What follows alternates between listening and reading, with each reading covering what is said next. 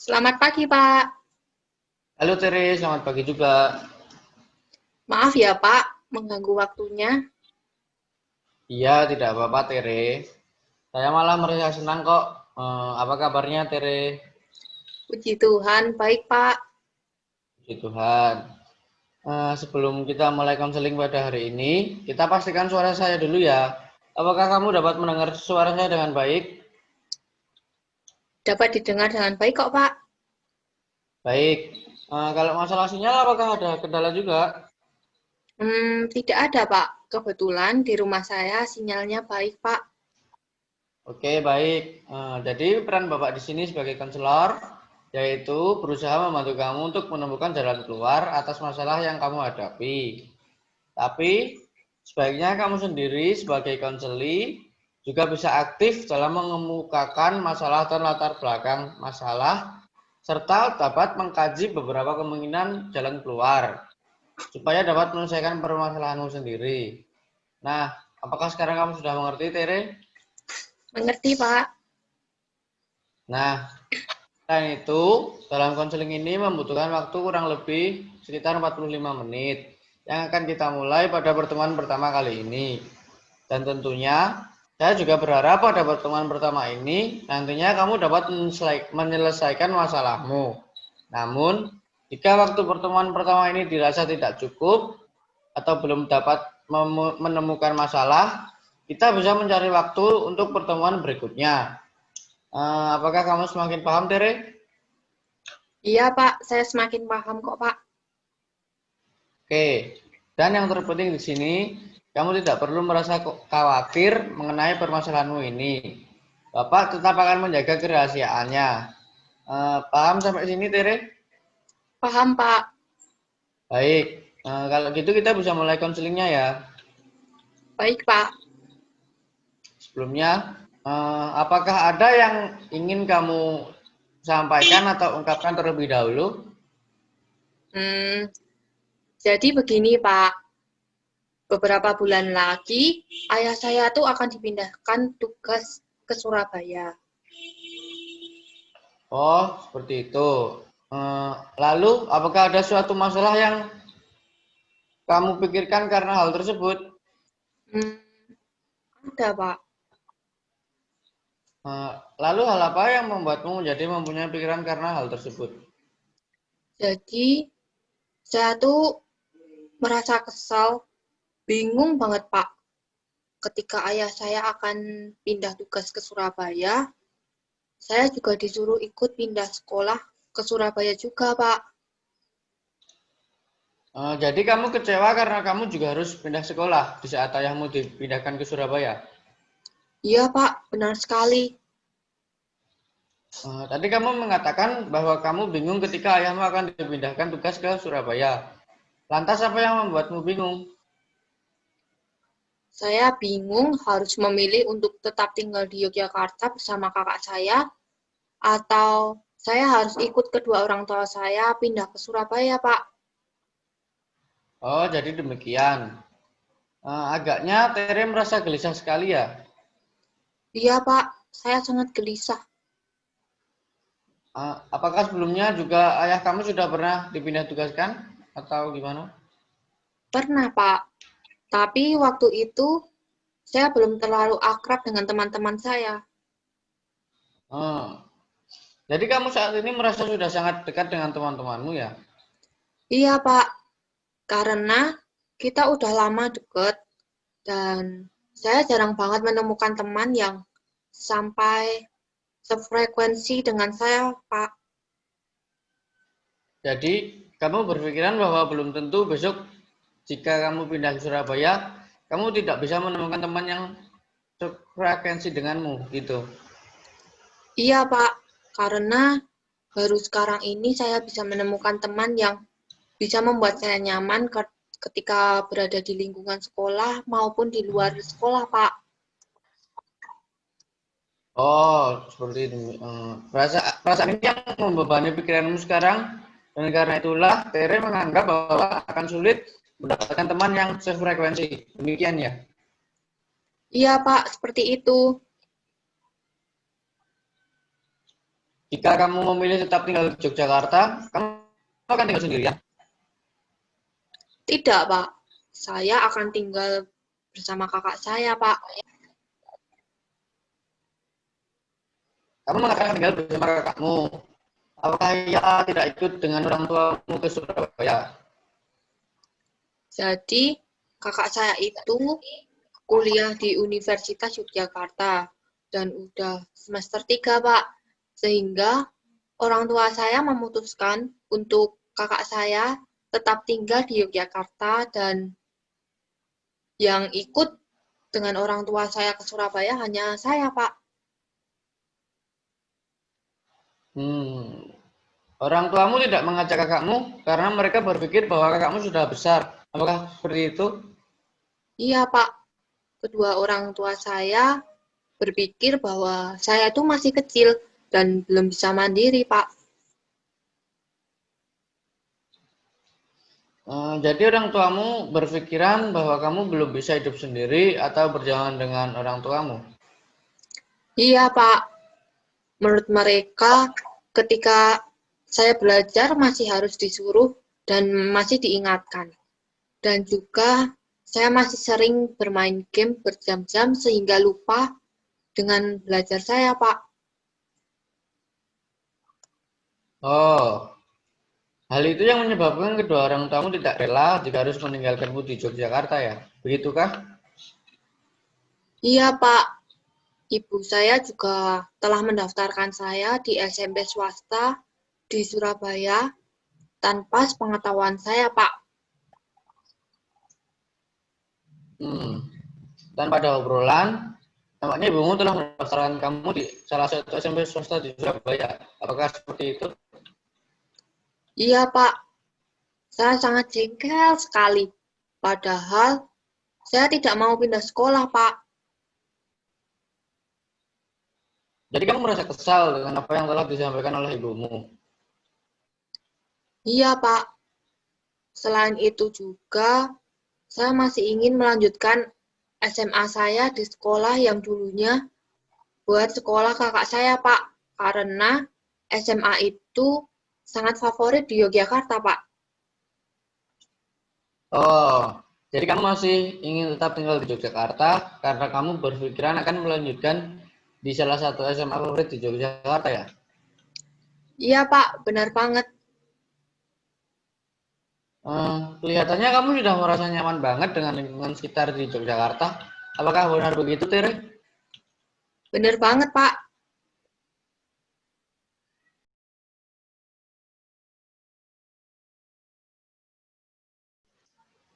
Pada sesi kedua ini, kami akan bertukar peran. Saya menjadi konselor dan Alfon menjadi konseli.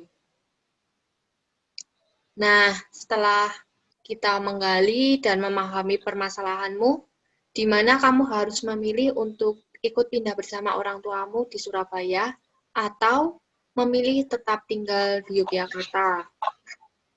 Tetapi sebelum kita sampai pada penyelesaian masalahmu, sebaiknya kita menentukan patokan-patokan pilihan yang akan kita tinjau pro dan kontranya, yang kemudian dapat kita pertimbangkan pilihanmu tersebut dan barulah nanti kita dapat menetapkan pilihan. Apakah kamu bersedia, Alpon? Iya, Bu. Saya bersedia, Bu. Nah, seandainya kamu tetap tinggal di Yogyakarta, apa keuntungannya bagimu? Kalau keuntungannya sih banyak, Bu. Saya bisa tetap melanjutkan sekolah dengan teman-teman saya. Saya nggak bisa melanjutkan ke SMA yang saya inginkan, Bu. Selain itu, saya juga bisa belajar untuk hidup lebih mandiri selama saya berjalan dengan orang tua saya. Apalagi saya tidak bisa untuk mengontrol tidak bermain HP. Itu sangat mudah saya lakukan, Bu. Tadi kamu mengatakan bahwa kamu sudah bisa untuk mengontrol saat bermain HP. Tetapi saat konseling pun masih sempat kamu untuk bermain HP. Ini kiranya bagaimana? Ya, maksud Ibu bahwa saya tidak konsekuensi dengan perkataan saya. Bahwa saya mengatakan saya sudah bisa mengontrol untuk tidak bermain HP. Padahal saya melakukan kegiatan yang serius masih belum bisa mengontrol untuk tidak bermain HP. Benar. Sekarang kamu sudah menyadari bahwa pernyataanmu yang satu tidak sesuai dengan yang lain. Bukan begitu sih, Bu. Maksud saya sebenarnya bisa mengontrol untuk tidak bermain HP, tetapi saya belum terbiasa dengan hal seperti itu, Bu. Jadi, kamu berpikir bahwa tadi kamu refleks untuk membuka HP-mu ketika konseling. Ya, seperti itu, Bu. Nanti kalau lama-kelamaan, saya juga bisa mengontrol untuk tidak bermain HP, Bu. Baiklah, sekarang kita tinjau kerugian jika kamu tetap tinggal di Yogyakarta. Apakah kamu melihat suatu kerugian? Kalau menurut saya, kerugian jika saya tetap tinggal di Jogja, kedua orang tua saya akan kehilangan uang karena telah mendaftarkan saya secara diam-diam di SMP swasta di Surabaya. Dan selain itu mungkin membuat orang tua saya memiliki pikiran yang lebih karena saya berjauhan dengan mereka. Seperti itu, Bu. Kedua orang tuamu akan merasa sedih karena kehilangan uang untuk mendaftarkanmu secara diam-diam di SMP swasta di Surabaya. Begitukah? Iya, Bu, gitu, Bu. Habis itu mereka juga tidak mengajak berdiskusi saya mengenai persoalan ini, Bu. Tidak, saya tidak setuju dengan pandanganmu yang seperti itu, Alfon. Akan saya jelaskan ya.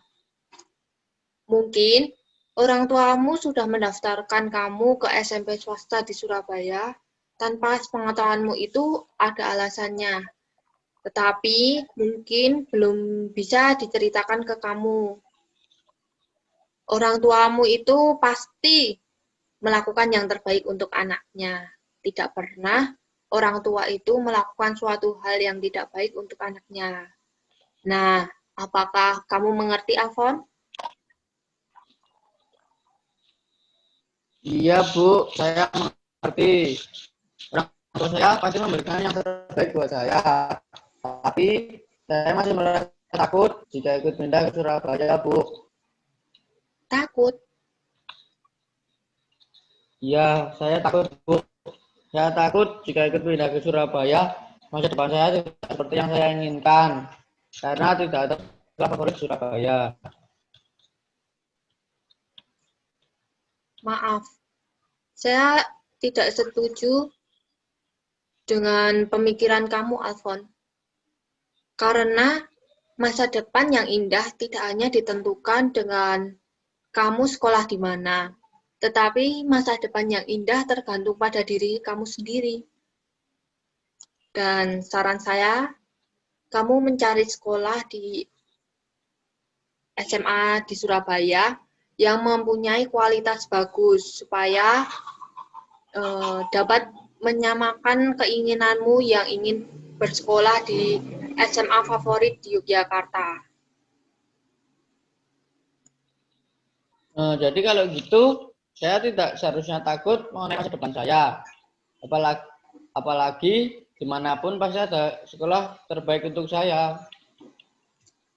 Baiklah, Ibu pun percaya bahwa Alfon akan mampu bersosialisasi di lingkungan baru. Dan juga kamu bisa menemukan sekolah yang terbaik untuk kamu. Nah, sekarang kita balik lagi ya. Menurut pendapatmu, apa keuntungan dan kerugian bagi dirimu kalau ingin ikut pindah ke Surabaya bersama orang tuamu? Baik, Bu. Kalau saya ikut pindah ke Surabaya bersama orang tua, untungnya bisa tetap dekat dengan mereka, sehingga tidak membuat mereka kepikiran ketika kami sedang berjauhan. Lalu jika untuk kerugiannya, saya akan berpisah dengan sahabat dan teman-teman saya yang ada di Jogja.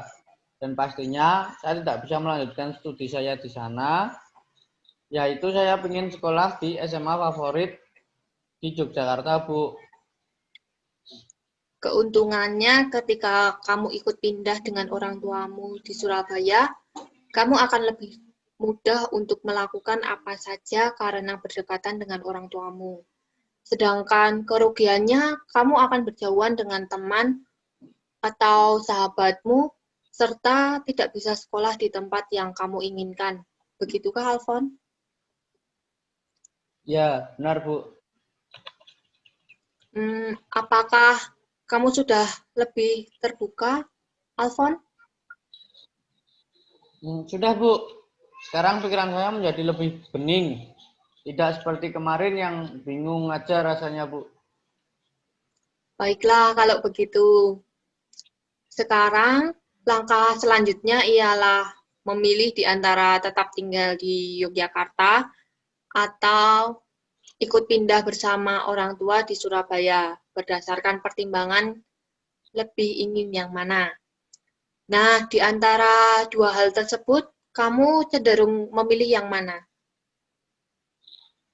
Kalau saya sih lebih cenderung ikut pindah ke Surabaya bersama orang tua saya, Bu.